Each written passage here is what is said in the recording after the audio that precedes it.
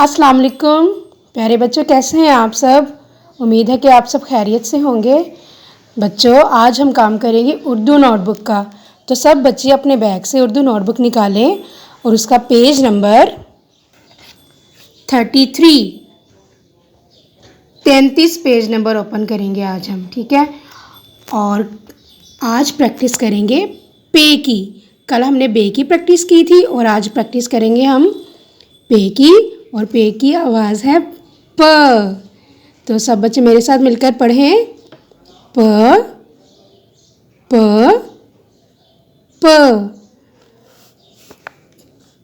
अब हम यहाँ पर लिखेंगे, नुक्ते के ऊपर पेंसिल रखें,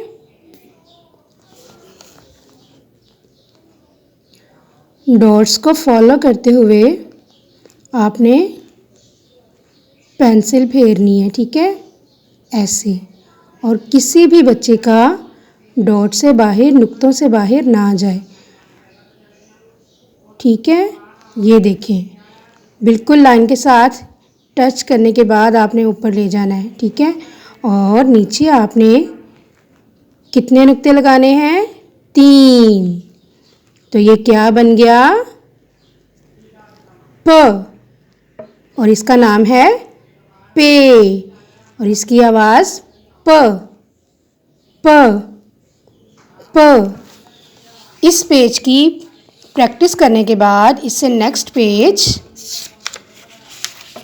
पेज नंबर 34, ये 2 पेजेस की आपने प्रैक्टिस करनी है और इसकी पिक्चर बनाकर जी सूट पर सेंड करनी है।